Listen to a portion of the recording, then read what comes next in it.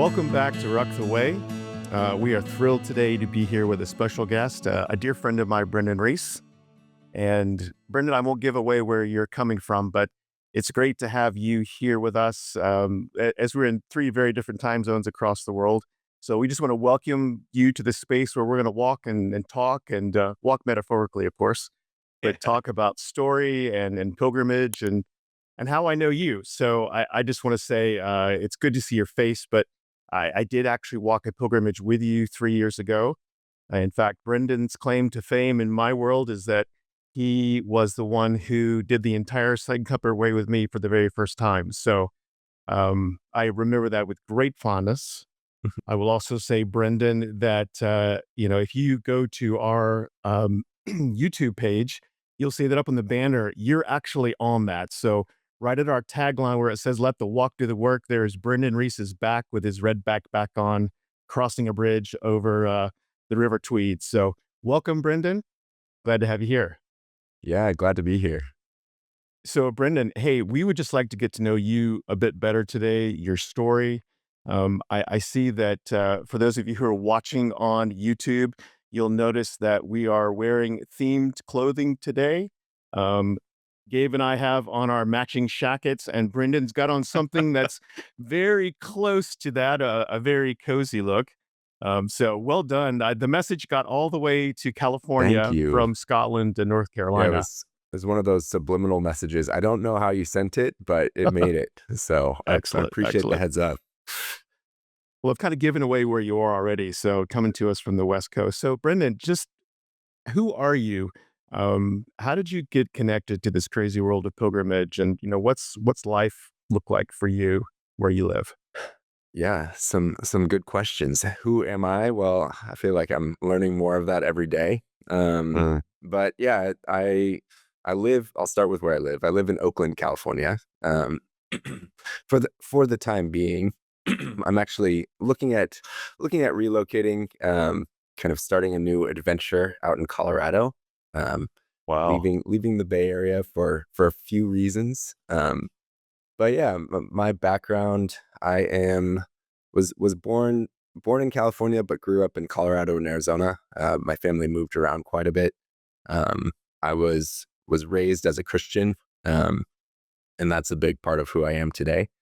I studied engineering in college and spent about a decade in medical device design, doing working for startups, doing kind of their first technologies. But I also really care about people's hearts, Mm. and and I've learned that about myself over the past maybe 4 or 5 years. Started stepping into more of who I truly am, which is someone who cares about others' hearts.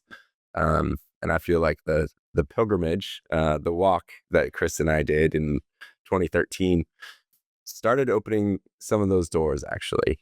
So yeah, honored to be here and really appreciate you having me. Was also very honored to be your quote unquote guinea pig for the first St. Cuthbert's Way experience. So that was an amazing time and looking forward to talking about it more.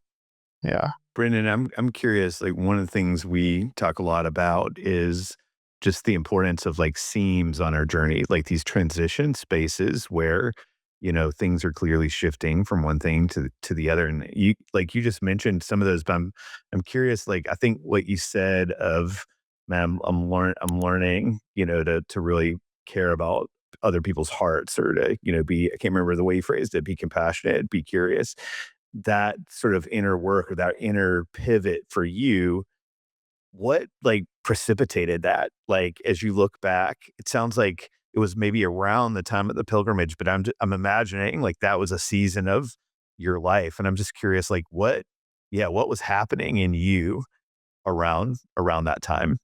Yeah, I would say the pilgrimage was one of many steps that led me to understand that. Um, I think a first step was I went to a men's retreat um, a few maybe a few years before that, and my presence and being around other men and listening to their story, um, my presence mattered in that moment. And not to say that that I did anything special, but I do think that God has given me a bit of an ability to listen to other stories, and that has been healing from time to time. Mm. That's been meaningful in some way. And so I think I started noticing that, and how I felt in that. I felt like God was using me. That it was Wow. more purposeful than just having a conversation. Um, and so that was kind of the first step, was that men's retreat. And then I actually went the following year to the same retreat, and similar things happened. I was kind of testing the theory in that, of like, is this something that I should maybe step into a little bit more? And so I went to the retreat, not as much for the sake of me, but for the sake of others, just Mm. to be there for people, to hear their story, to kind of minister in that way. Um, and yeah, it was a really beautiful experience. And Brendan, that's where you and That's I awesome. actually met, was I think on that second retreat. That's And I right. would just Yeah. affirm you to say that I experienced you that way. The kind of presence that you hold and the questions that you ask, it's something that drew me to you at that retreat and kind of precipitated our being able to walk together on the St. Cuthbert Way. So how have you seen that play out since then? Since then, I have started exploring what that could look like, bigger picture. And Mm. actually, I've thought about some bigger picture career changes, and even made some career changes to be more relationship focused. um, but I'm still in process with that. Um, Mm. for me, I think that God has called me into that, and actually something that came after the time that Chris and I spent on the St. Cuthbert's Way, was a bit of a mission statement that I think, I don't think I'm creative enough to have come up with this. It doesn't feel like something that I came up with, but something maybe got planted in my mind. But the mission statement is that I want to see the hearts of men made whole, Mm. and I think I want to do that through business, actually. Um, Wow. and Well, so yeah, I think that's kind of my, instead, I thought a lot about where I wanted to go with it. Did I want to go into counseling? Did I want to get into ministry? Thought about some missions opportunities, which we might talk about a bit later. But yeah, I realized that I think I actually want to be in business, in some sort of leadership role, creating healthy systems, but also just interacting with men and women in a way that um, is healing, instead of what's often the opposite in the business world, where it's just stressful, like high intensity interactions, and it's not a place of calm, not a place of healing. And so, yeah, that's my long-term aspiration. Um, yeah, it's been interesting to think through that, and to kind of orient my life into more of who I believe I am, than mm. the engineer who makes medical devices. Man, that's a huge shift. I think whenever we're shifting things in the realm of our identity, it's always big. And I think, for men in particular, shifts in vocation and like how we, introduce ourselves, talk about ourselves. That tends to be the default thing of like, what do you do? And then like that's equated for like, who is Brendan? And it's like, well, I'm a medical device inventor guy. So that's like, I'm super interested in this part of your story because Chris and I were actually having a conversation earlier today on another podcast about this idea of calling and like how calling is like you have some sort of awakening, like where you become aware of a gifting and an invitation into like joining God in a certain part of the work. But then we were talking about how that gets shaped over time. Like it gets like, and then you have like validating experiences that affirm that. Then you have like experiences that like hone that. And so I'm curious, like, cause you had this awakening of sorts way, back in 2013. It sounds like there was some different experiences of retreat and pilgrimage and things. But I'm really curious, like since then, how is this vision of like really being what I would call a redemptive presence in the workplace, like how has that been shaped in you? Just curious, like what that part of the journey has looked like. Yeah, that's a great question. It's been shaped through a myriad of things, I think. Not just one thing, as our stories are shaped by a lot of external factors, but I think some of it is me understanding my heart better. I actually I read a book called Waking the Dead by John Eldridge, and it talks about God caring about our hearts, and really like wanting to make our hearts alive. And I started seeing that and seeing the areas that I had allowed my heart to, uh, for lack of a better term, to wither, Mm. to go dormant in the places that needed life. And some of those were just like, what am I excited about? What do I love? Um, there's a place that Chris brought me to. I think it was Windy Hill, maybe, or maybe it was a different Wide one. open hill. Wide Yeah. Open Hill. Yes. Um, Yes. Gabe knows that place. Know that Wide well. Open Yeah. Hill. And I think that was the place that you asked the question of what do you, I think it was, what do you love? What do you hate? Um, and what was was there a third part of that question? And where have you been wounded? That's right. That's right. Yeah. And so really asking that question of what do I love? And to bring that a step further, like what brings my heart to life? Um, and so I think that has been part of it is realizing that I can step towards the things that I love. And that hasn't always been obvious to me. I think sometimes I lived thinking that there was this kind of life of duty was the Christian way, um, Mm. not not life of excitement and joy and adventure. And so, yeah, Wow. stepping into that, like, what is my next adventure? Where is my heart bringing me? Learning that about myself has been helpful. And then I think more practically, I had a season where work was tough, and work was tough because of the leadership in my company. And um, because of that, I started reading books on management and getting into organizational health and how to create the best structure for the health of the employees, like how to motivate people, how to encourage people, like all of those things that I hadn't really, well, one, I hadn't really known that they were lacking in my company until I read examples of health and good versions of it. And then I was able to see a bit of a gap, and I started pushing towards that gap, trying to close the gap. And it was kind of a not a school of hard knocks type thing, but definitely learning through some pain there, when my efforts weren't well received and things didn't change in the way that I imagined them to. And so, yeah, after that experience, I ended up stepping away from that company. But with that, I learned a valuable lesson, which is I want to be I want to be the one who shapes the company for good and for health and for flourishing, I would say. So yeah, a lot of experiences have pushed me in that direction. But Yeah. those were some formative ones. I love that word that you just used, flourishing. And just being with you in that space on pilgrimage and seeing you kind of seeking God's direction. And then after that, still staying in touch with you to kind of see you go back and ask the question, where do I fit? Do I go into ministry? Do I move overseas?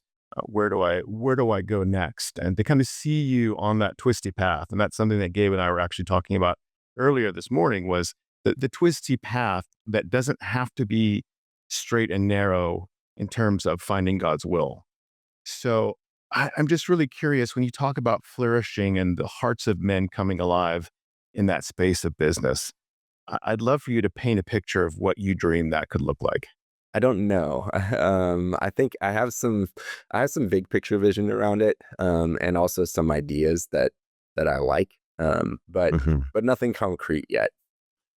I see that looking like an environment, in which which I can contribute to healthy structures and healthy teams and healthy processes that make sense, and good communication and good accountability where people know where they stand and they feel valued.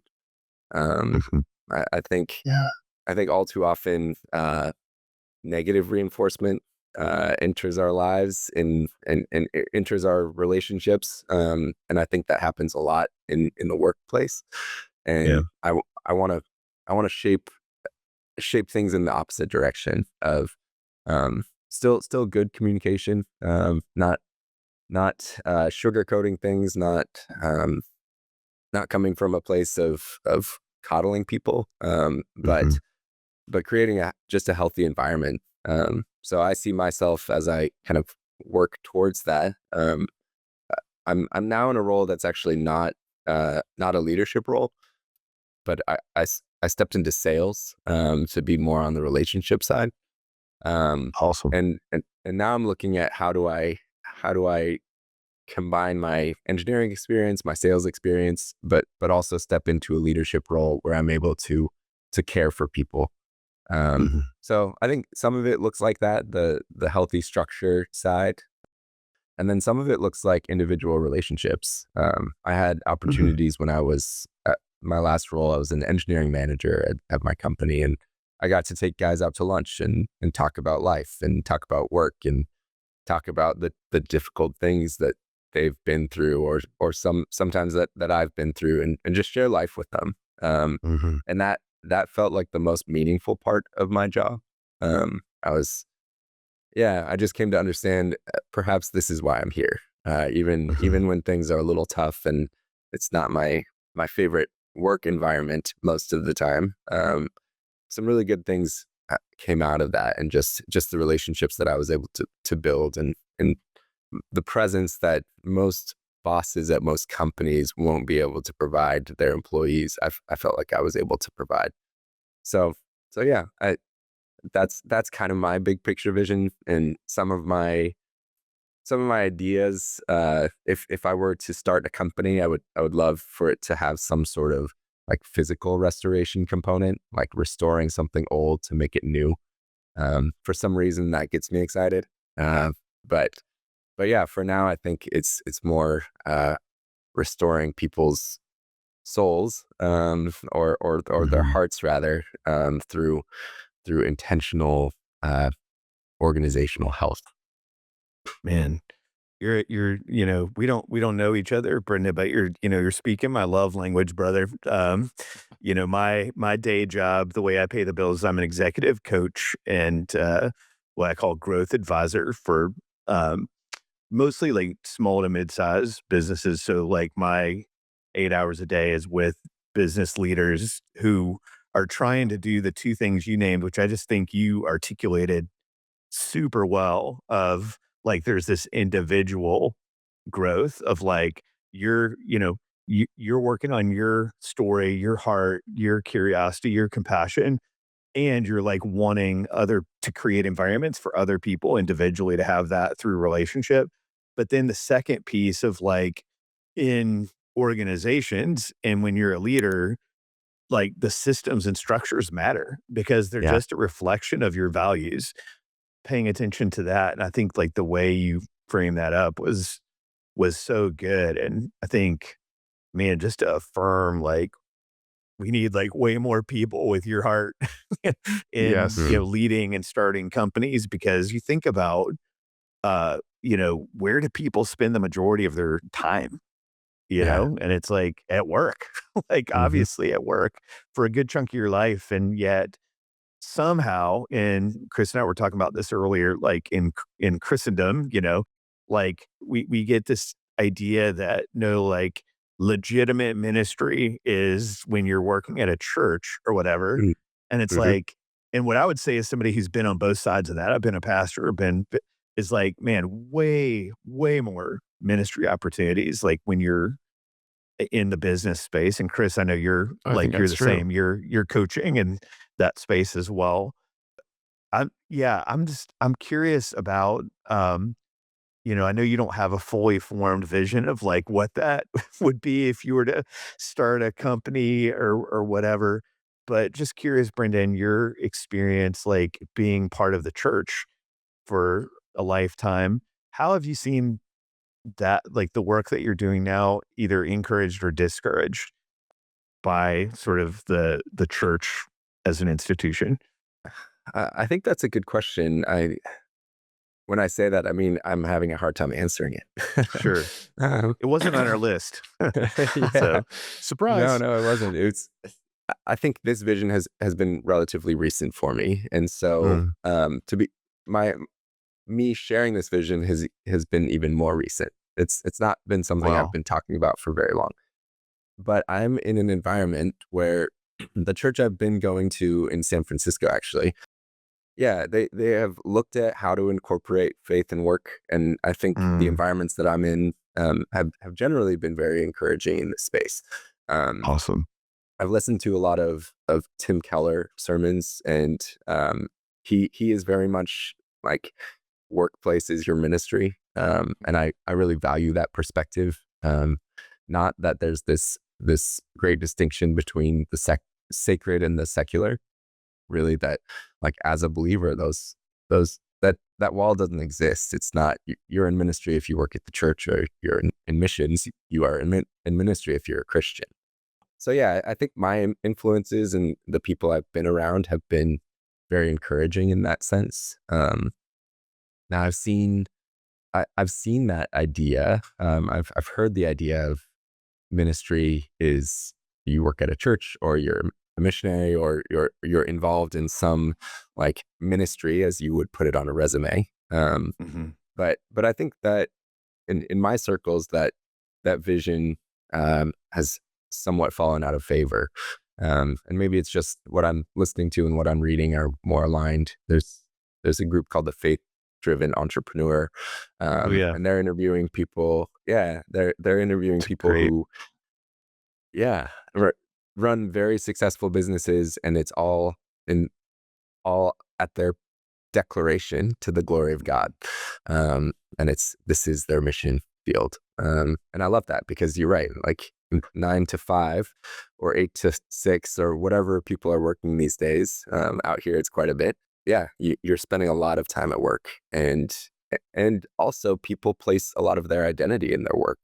And so if you're Mm, able to come alongside them and help them shape their identity towards holiness, or just towards wholeness, which I would argue there's a tight integration between the two, I would say, or there can be. Yeah, I think there's a lot of opportunity there. So yeah, long-winded answer to your no, question, but it's a No, great it's so good. answer. Thanks for calling out, Tim Keller and faith and work movement. Those are because I yeah, think maybe some people listening that like haven't heard of those things. So I love the way you're framing it and just normalizing that. Like, hey, this is supposed to be the normal way of engaging our faith at work. yeah. Yeah, if you are at all interested in business, and also want to do ministry, check out the Faith Driven Entrepreneur podcast, because they tell some really amazing stories. I think that's so hopeful, Brendan. I think that for you as an entrepreneur who has a heart to move into new areas of business, that you're not only wanting to create healthy systems, but that you're wanting to see healthy people in healthy systems. So I think you could kind of try to create a healthy system, and that's often what the church does. And then Hmm. sometimes in the church, we forget about healthy people. Right. Those things both have to happen in both sort of the world of ministry and in the world of business. And I hear your heart saying you want to see both happen.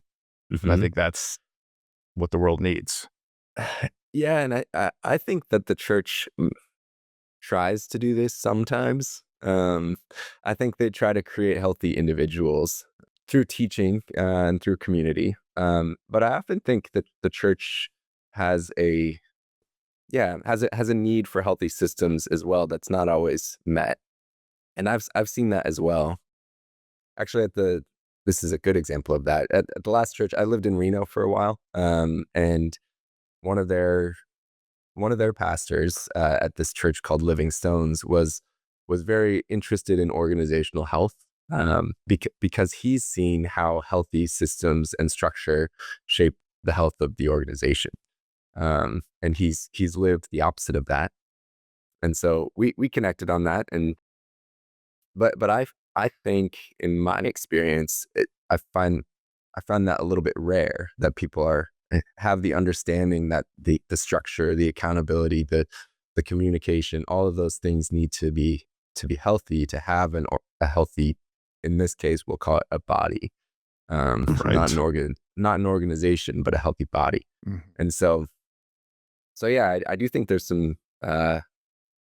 potentially some learning that the church could do as well, for the sake of encouraging health in general. Yeah, that's so good. 100%. So Yeah. true. It's exactly what we were talking about earlier today. So this feels like a Were you, confirmation. were you listening of that. in You were with your listening to our shacket? podcast? I was. That's how I knew what to wear. It was the shacket vibe that was getting through, right? And for clarification, I just learned this, but a shacket is a shirt/jacket. So that is At least that's what our combo. daughters have told us. Our daughters have told us Yeah. this. So yeah. I'm not allowed to Okay, dress well. myself anymore. So yeah.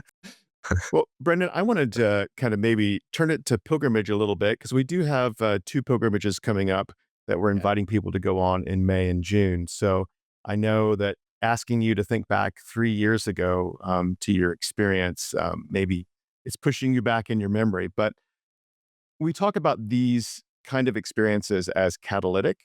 So I'm just wondering if you could reflect back, what were some catalytic moments for you that maybe have resonated in the last 3 years, if you've gone on your twisty journey after that?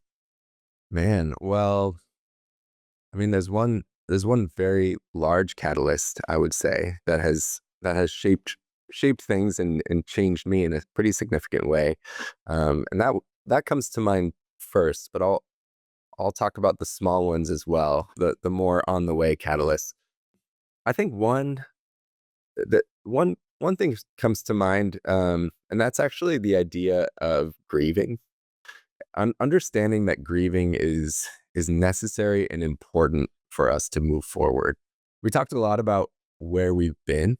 I think my story, there were a few things, just relationships, both with my family and also previous romantic relationships that I kind of still held on to. I remember one it was surprising how much emotion still was there. I think it was maybe a year after a relationship had ended. And it was like a 2-month relationship, which, but it was very significant to me. There was a lot of hope that I had placed in it, a lot of excitement, and then it seemed to end pretty abruptly. And Chris and I just talked about it, and I was able to, through that process, I was able to grieve that relationship. And I think that was important. And so realizing that there is an importance to allowing yourself to feel the emotions, not to say I'm fine and move on, which I moved around a lot as a kid. And I think that pattern of, well, got to move forward. Like, we're here now. This is not time to think about the past. It's time to move forward, was either implicitly or explicitly instilled into me. And so, yeah, learning how to be with your story and be with your grief was helpful. I think that's been a little bit catalytic in moving forward. I think the idea of story as well was one that stands out. Yeah, I think part of it was like the twists and turns. The twists and turns are to be expected, and our story is not linear. My life did not end up the way that I expected it to, and that's okay. And really, it's not really about the destination as much as it is about the journey and the story that we're writing along the way, and Jesus walking with us on the way, and not just looking for us to achieve certain milestones. But yeah, I'm reminded of kind of Chris was telling me the story about Jesus walking with his disciples as we were walking in the hills of Scotland, and just that the work was done on the way. Like just kind of imagining what that was like, how formative that time was as these disciples spent hours and hours with Jesus. That's not really accounted for in the Bible, but we know that it was a significant amount of time, and can only expect that it was a significant impact for them as well. And then thirdly, when I was walking, I actually had a pretty unique experience, and started feeling almost what could be described as a physical sensation in my heart, which I described Mm. as a stirring in my heart. And at the time, I felt like it was a stirring in my heart to go back to Scotland.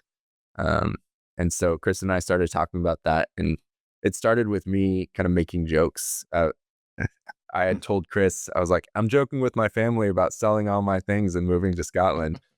And Chris was like, you've said that a couple of times. Is there something there? And so we started talking about maybe there is something there. And the what felt like it felt like a call to come back to Scotland. And at the time, I thought that was a long term call.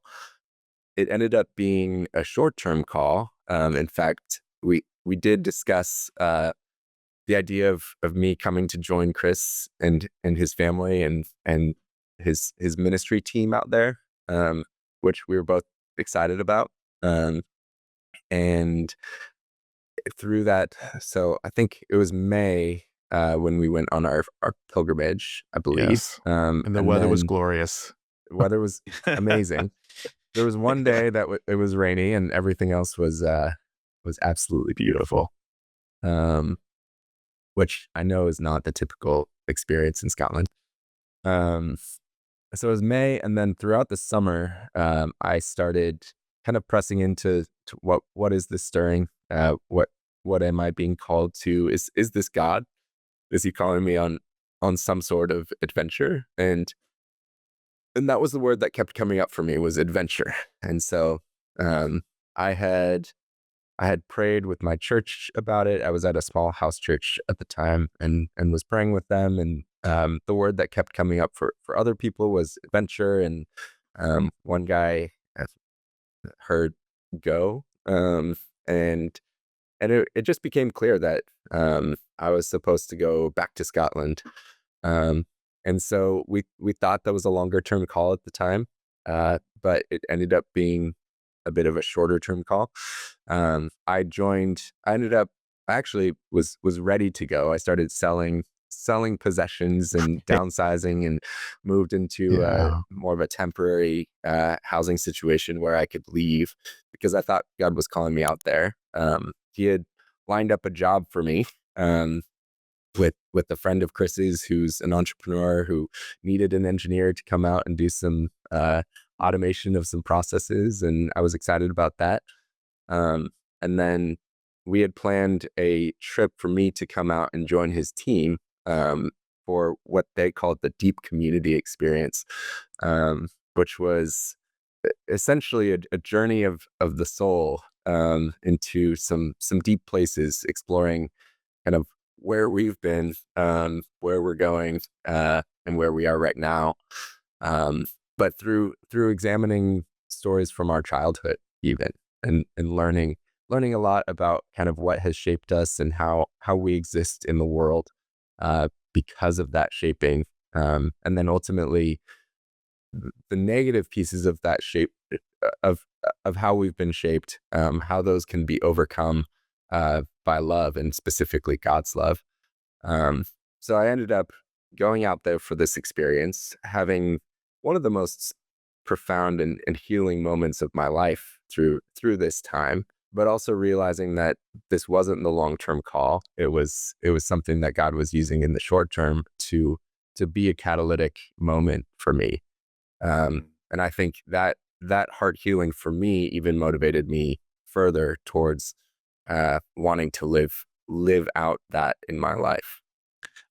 Brendan, as you're sharing, two sort of like images come to mind. Like one is just, the smaller vision of pilgrimage, like the 5 days, like that you described walking with Chris for 5 days. And I think like one of the things that just hit me, even though I've done that, is like how rare that is. Like that's just super rare to take that sort of time. And then the second image that came to mind is like as you described the season of your life, in some ways it's like this was just an extension of pilgrimage. It's like you're journeying with intentionality. Right. Um, that involved like going back to a physical place, like that you felt called, because that's pilgrimage, right? Is like physical journey for a spiritual purpose.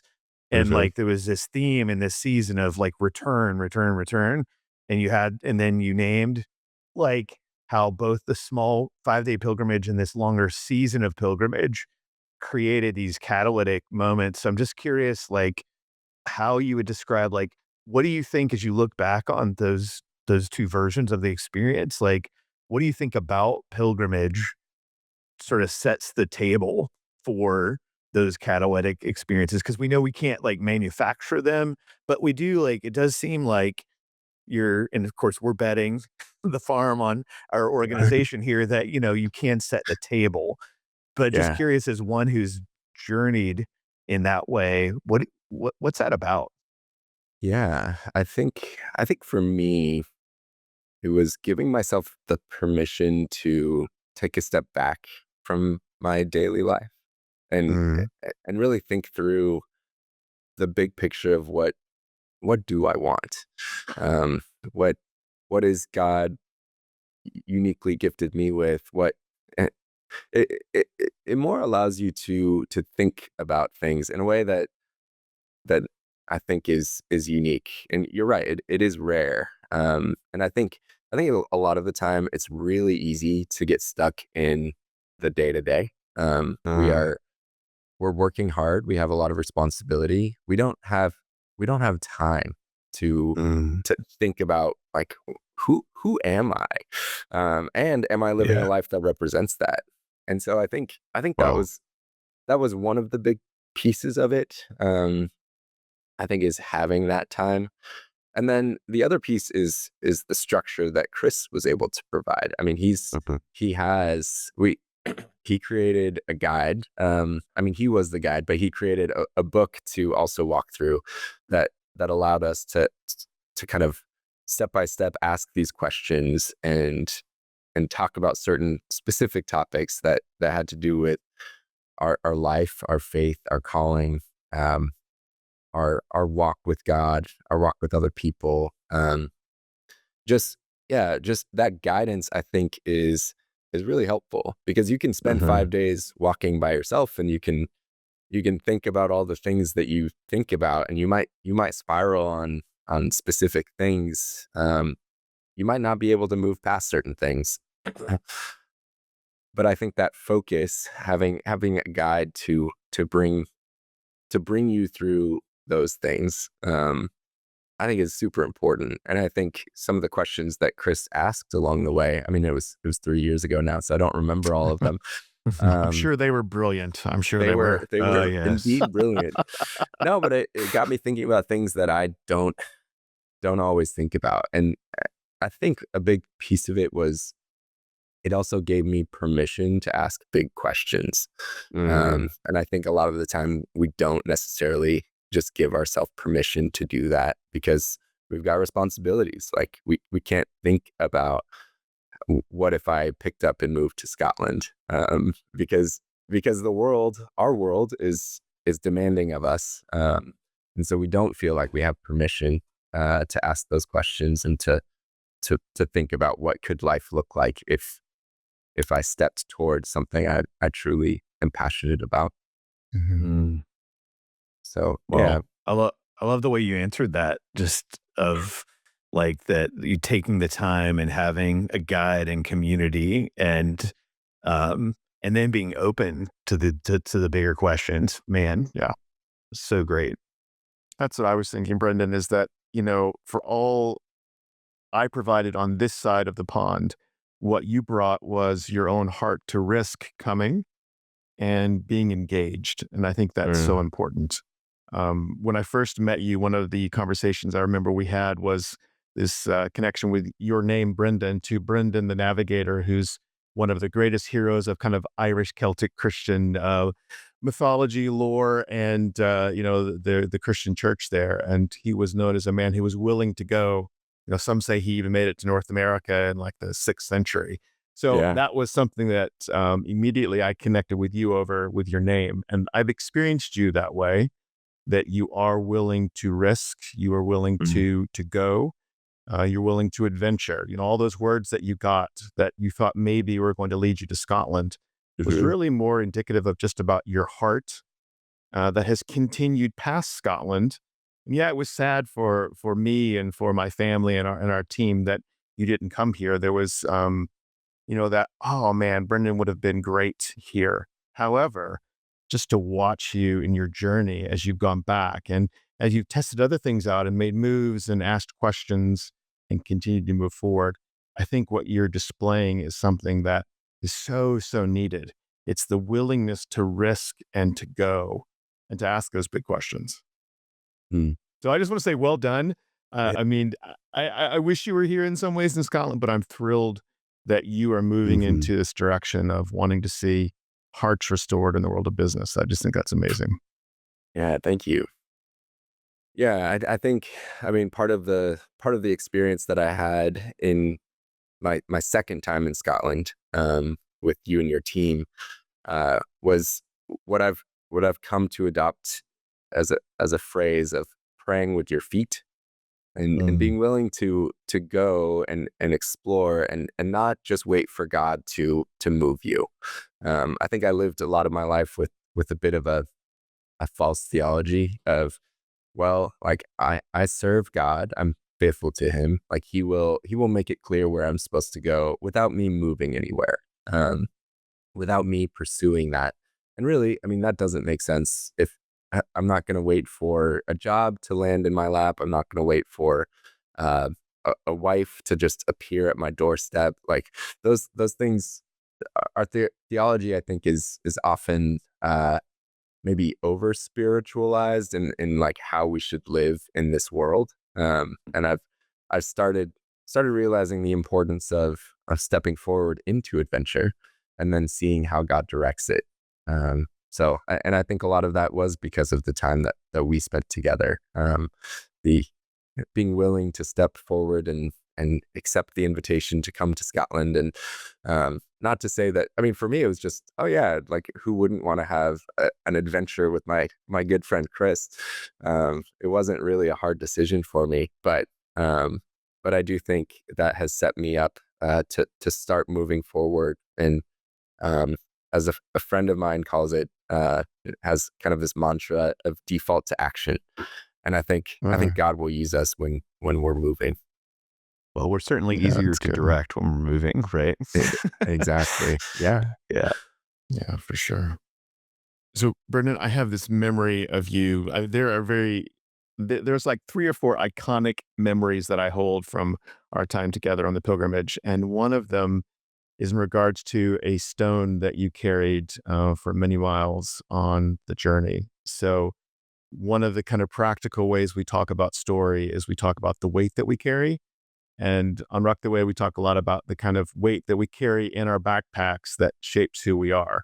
So on the pilgrimages, I ask people to choose a stone. You can choose whatever kind of stone you want, and then you carry it for several days, and then you end up laying it down at the very end. But I'll never forget that when we ended up at Holy Island, the end point of the pilgrimage, you pulled out the largest stone that anyone has ever carried on this pilgrimage. I mean, it was Mm. I don't want to call it a boulder because that's overselling it, but it was a massive weight. And I don't know if you would be willing to share, maybe not necessarily what that represented, but maybe what carrying that weight all of those miles allowed you to experience at the end when you laid it down. Yeah, I chose that weight. Well, I chose that rock, and I chose to conceal it, because I felt like it's a weight that, uh, it was not it's not obvious that I carried that weight. Yeah, some experiences from my early childhood led to me carrying a weight for a long time, and people wouldn't expect that. Um, and so I didn't want to show Chris what I had picked up. It was somewhat metaphorical to me, representative of, I mean, it is for everyone, I think, but representative of kind of the hidden burden that people don't expect. I think carrying that weight, I don't know, it did feel significant and heavy. It truly did feel like a burden, and that's I think what I wanted to experience, and I'm not sure exactly why. Um, but I think I was trying to accurately represent kind of how I had felt through my life, carrying a weight that even I wasn't aware about for a long time, and I had started to understand over the preceding years. But yeah, I do remember setting that down, and there's kind of this pile of rocks, mostly fairly small rocks, and mine kind of dwarfed them. Sure did.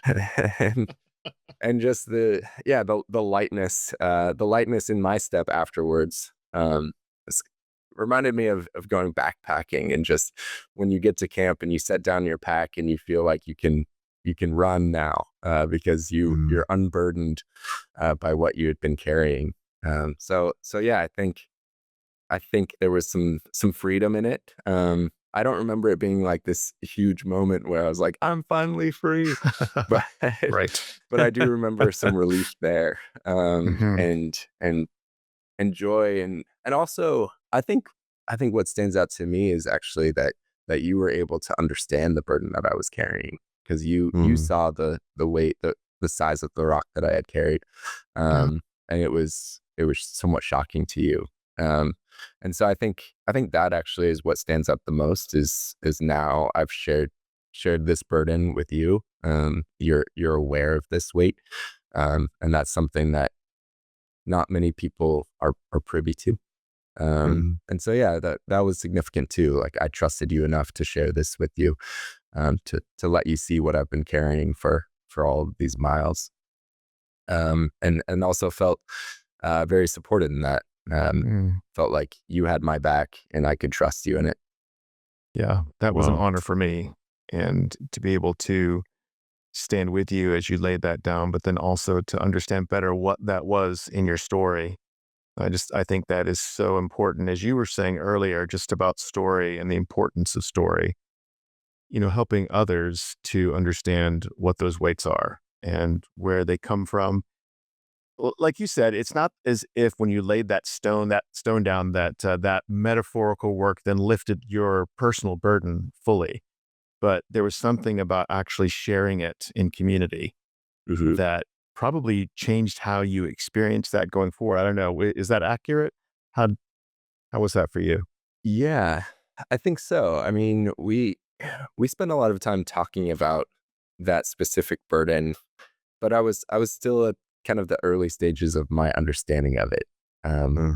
really, what impact it had on my life, and so I think being able to carry that and share that with you as we walked, helped me to be able to share that with others down the road, um, and understanding, yeah, understanding that can be, I guess, a shared burden with other people that makes the way lighter. And so, yeah, I do think that was kind of the beginning of my understanding of how to walk with people, in their burdens. It's not necessarily about saying the right things and having all the words that they need. In fact, it's more about presence, and that's something that I think Chris has talked about a lot in his work and in his ministry, is just a ministry of presence. I think a lot of the time that we shared on the way was not necessarily about the dialogue, but just being together, Yeah. just knowing that I have someone by my side who cares about me, and who's willing to walk with me through some difficult Mhm. things, like that matters. Yeah. So yeah, I think that was kind of, yeah. So those were some of the bigger takeaways that now I'm remembering. But it's been a while, so I haven't really thought about those for a while. Yeah, So I appreciate that. it's good. I mean, I'm just remembering our first night after we had walked about 18 miles or so, and we had bought pipes at a really cool pipe shop in Edinburgh. Hmm. So we're smoking our pipes in this pub with a pint. It was a very like Hobbit sort of moment. Although I'm the only Yes, Hobbit because I'm 5'8", and what you're like, what, 6'3"? I'm 6'3". Yes. So he's more like elf or ant size, and No, but it no, was no. it was this moment just together where really it was after a long day of walking and talking, and I can't exactly remember what we were talking about specifically, other than the theme of the day, but Yeah. the goodness of being together, sharing in that moment of celebration and rejoicing in a pub, and just being together, I think is as healing as anything else. Right. Yeah, Yeah, that was a special evening. And in fact, it was not. I mean, we had a lot of good connection times like that, but I remember that one specifically. I took a photo of our pipes and our pints, to remember it. But yeah, we were in this little pub. What city were we in? You that remember? was in Jedburgh. Jedburgh, I guess town Yeah, would be the appropriate name. yeah, So we were in this little town called Jedburgh in this back patio of this pub, um, and just really enjoying connecting. And the funny thing is, we had been connecting all day, and we really didn't get tired of it. But yeah, being able to share a pint with a brother is something that is special. And especially when we had just picked up these cool pipes from this cool pipe shop, and we were enjoying smoking those together as well. That was a special time for sure. There it is. I feel like that's the commercial for, why go on a Ruck the Way pilgrimage? Because There you go. you get to smoke a pipe and have a pint with Christopher. There you That's right. That's go. right. You in some can't put a random price pub on in some that. random town. Yeah, Right. In one of the most Brendan, beautiful countrysides you can imagine. mm, this is Absolutely. true. Well, Brendan, I just want to thank you as we're kind of closing up here. And as we were talking, I was just thinking back to the fact that you are sort of our banner on our YouTube page, and you're standing right next to our tagline, which is "Let the walk do the work." Mhm. And to me, that just seems so fitting because I'm just again reflecting on how much your walk has done the work in you as you walk with others, as you walk with me specifically, but then as you continue to walk into this pilgrimage that God has you on, how it's just doing such a good work in you. So Mm. I don't think it's by accident that you are there, and that you're already connected into Ruck the Way, whether you knew it or not. Thanks for that. But just really appreciate your time and your presence and your words today. Well, first of all, honored to be on the banner, next to the words "Let the walk do the work." Um, yeah, very, very honored to be here. Thank you so much for having me.